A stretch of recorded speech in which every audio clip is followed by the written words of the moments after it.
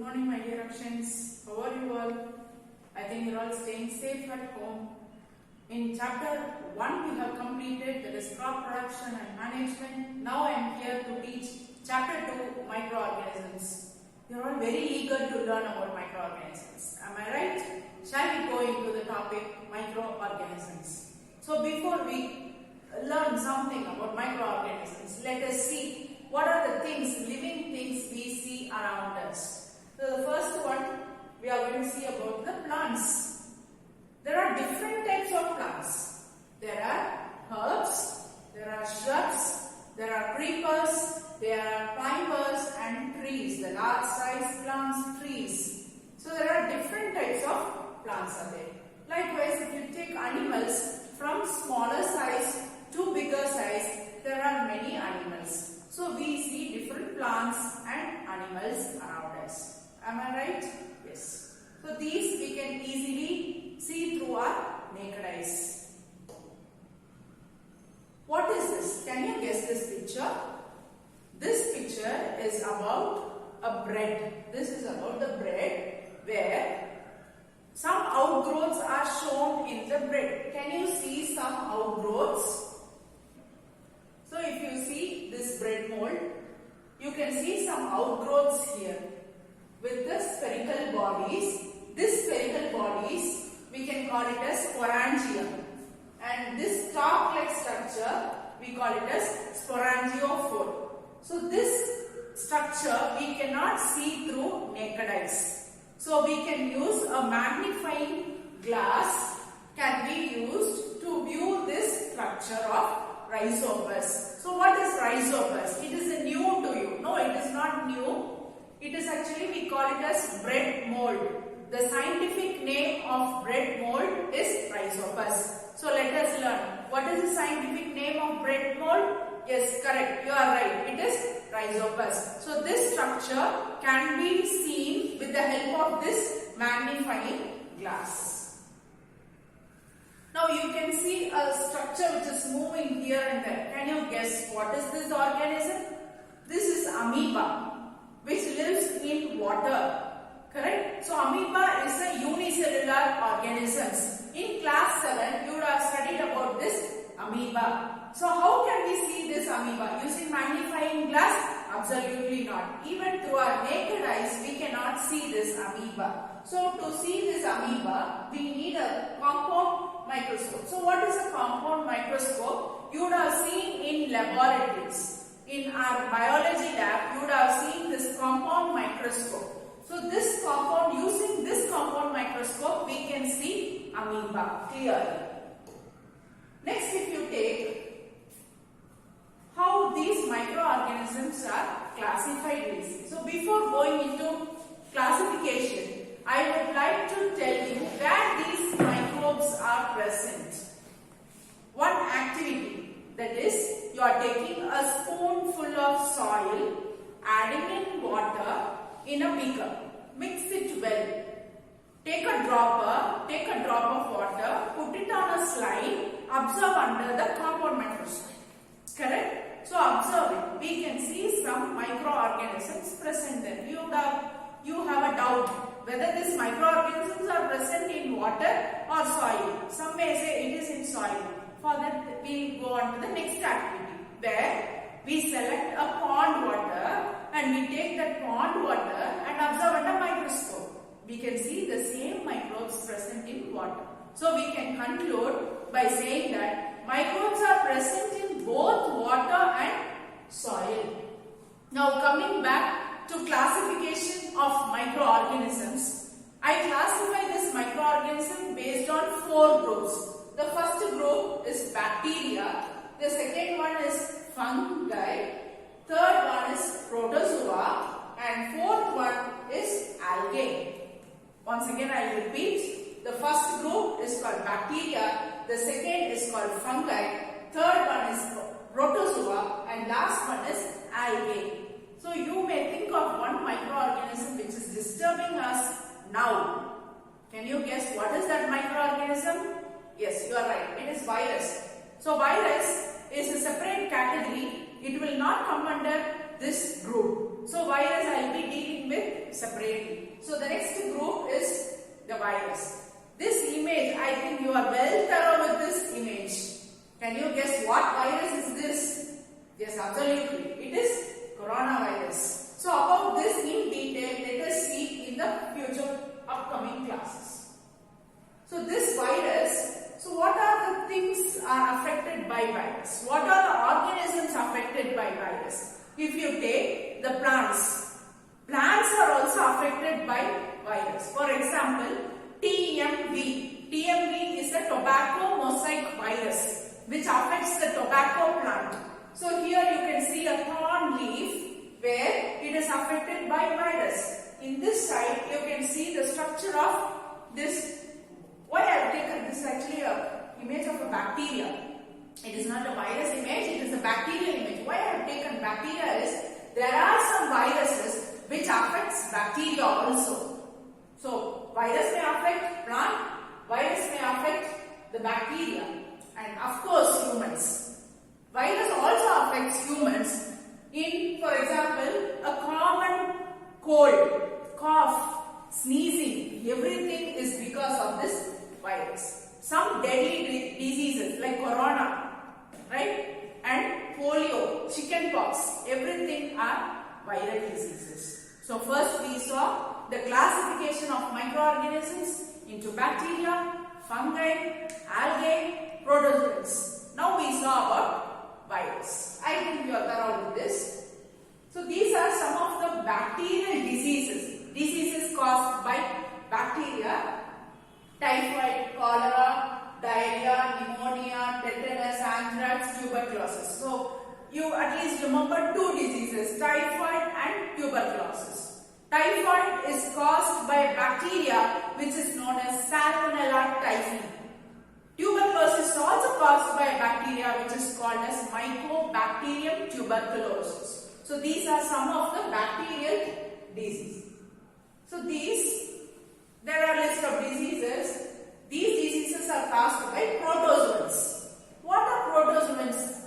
Protozoans, mostly unicellular organisms, comes under this category called protozoans. So these protozoans may cause some diseases, especially dysentery, malaria are caused by this protozoans.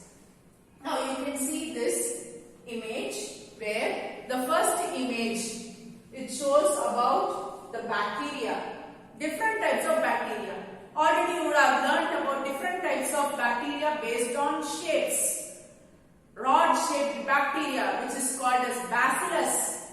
Spherical-shaped bacteria, which is called as coccus.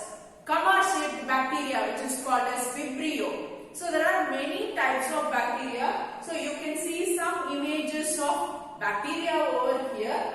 And this is about the protozoan.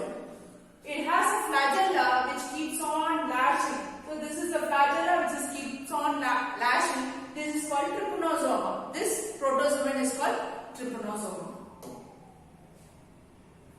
So here comes the algae part. Algae, there are unicellular algae and multicellular algae.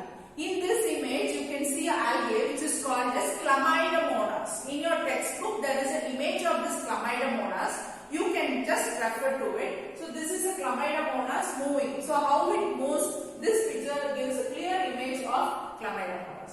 So even if you take algae and fungi, there are multicellular algae and fungi. So the well known is mushroom. Mushroom is an example of fungi. So it is a macroscopic. We can see this fungus with the help of our naked eye. So why am I saying fungus? Here fungi is written. Fungus is singular form and fungi is the plural form.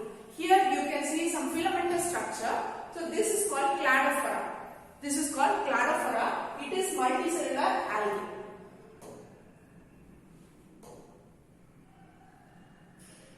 So we are moving to the next subtopic, that is, where do these microbes live? Living place of microbes. Where do they live? Yes, they live everywhere. For example, you can see a place which is covered with snow. You can see a marshy land, or you can see a pond water. Yes, everywhere this microbe lives. Not only in these regions, it lives in our human body also. Starting from our mouth, throat, nose. Yes. So microbes are present even in our human body. If you take in our mouth, in our throat, in our nose, in our stomach, in our gut, in our skin, in our vagina. So in every place bacteria are present. So in this part I want to tell you something. Before taking bath, you remove your clothes, right? So where do you put all your dirty clothes? Just you will put it in the floor and you just move off and your mother will be cleaning all those clothes. No, absolutely not. Because now you have learned our human body, majority of our parts contains bacteria. So when you remove your dirty clothes, the dirty clothes will be full of microorganisms, full of bacteria. If you just put it down on the floor, the microbes will be staying in that place. So whomever walks that way, really the microbe will just attach to it. So it is very bad thing. You should not do that. Take your dirty clothes and put it in that laundry bag or a bag which is allotted or place where it is allotted. So please do that thing for your mother. Never remove your clothes and put it over the floor. That is very dangerous for you and the person who is living with you. Right? We will move on to the next one. Microorganisms and us. Now we will see how these microorganisms are friendly to us. They are both harmful as well as friendly to us. So in what way they are friendly to us? Let us see. The first slide. You can see curd there. Curd. Many of you like curd. Correct? So microbes, it helps in the preparation of curd. From where do we get this curd from? We get curd from milk. Correct? So what is a bacteria present in this milk is lactobacillus. Lactobacillus is the bacteria which is present in milk. So this helps in formation of curd. So you can see a fluffy cake and bread. This fluffiness is very softness. Why this happens? This is because of the addition of yeast to the bread or cake. Yeast will emit carbon dioxide which makes the cake or bread fluffy. So it helps in preparation of bread and cakes. Now you may question me. See, in curd there are lots of bacteria. Should I take curd? Yes, absolutely. Curd is very good for your health. It is good for your stomach. It is good for your heart. It boosts up the immunity. So it gives many benefits to you. Now after seeing this, I think you will be feeling hungry. Seeing idli and dosa. Right. So this idli batter or dosa batter, you can see that rising of the dough. Your mother will prepare the idli batter or dosa batter overnight and she will keep it. And morning if you see, there will be a rising of the dough. Why is it so? It is because of the emission of carbon dioxide and some alcohol will be formed. So this process we call it as fermentation. Let us see about that in the coming slides. Now the next one is, you can see the idli becoming very fluffy, very soft idli. We say a name of the actress also when compared to idli. And if we see dosa, you can see many holes. What are these holes? Actually, many holes are there. This is because of emission of carbon dioxide. The holes are because of carbon dioxide. So when you take dosa, please always remember, when there are holes in dosa, it shows that it emits carbon dioxide. So the next one is about medicines. It is used in the preparation of medicines also. In the coming classes, we are going to see about the vaccine. You are well familiar about vaccine nowadays, I think so, because all will be watching news. Every day at least please watch news. That is very important. You should update yourself. Being at home, because at school we used to discuss many things, many news, and every day news will be discussed. So likewise, you keep in touch with news. At least see for 5 minutes, at least the headlines alone. You need not see the elaborate news. See the headlines alone. Really you will learn something at the end of the day. So it is used in preparation of medicines. Next, what is the use?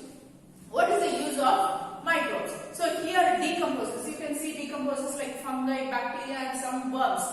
What are decomposers? Decomposers are microbes which breaks down the organic waste into simpler molecules which can be absorbed by the soil. So it also acts as a decomposers.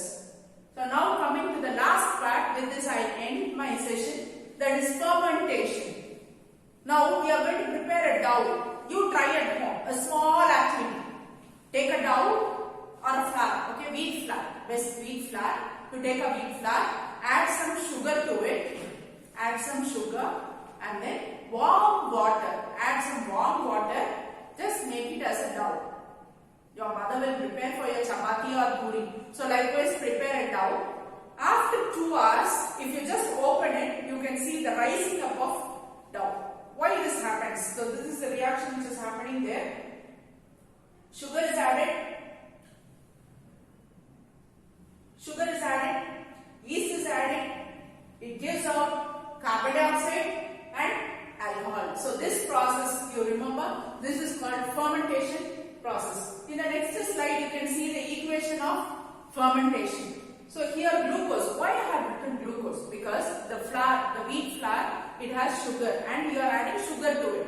So that is glucose, where this yeast breaks down the glucose to form ethanol and carbon dioxide. I said alcohol will be formed. So the name of the alcohol is ethanol. So it also liberates carbon dioxide. So this is the action of yeast. So this is the activity which is given in your book. You try to do it at home. Don't forget, take a container, add some flour, add some sugar, add some warm water and leave it for 2 hours. So you can see the rising up of dough. So automatically you will know that CO2 and ethanol is released. So with this I end my session. So this process we call it as fermentation process. I think you would have understood this concept. We will see in the next session and let us learn about different types of microorganisms in this lesson. Thank you, my dear friends.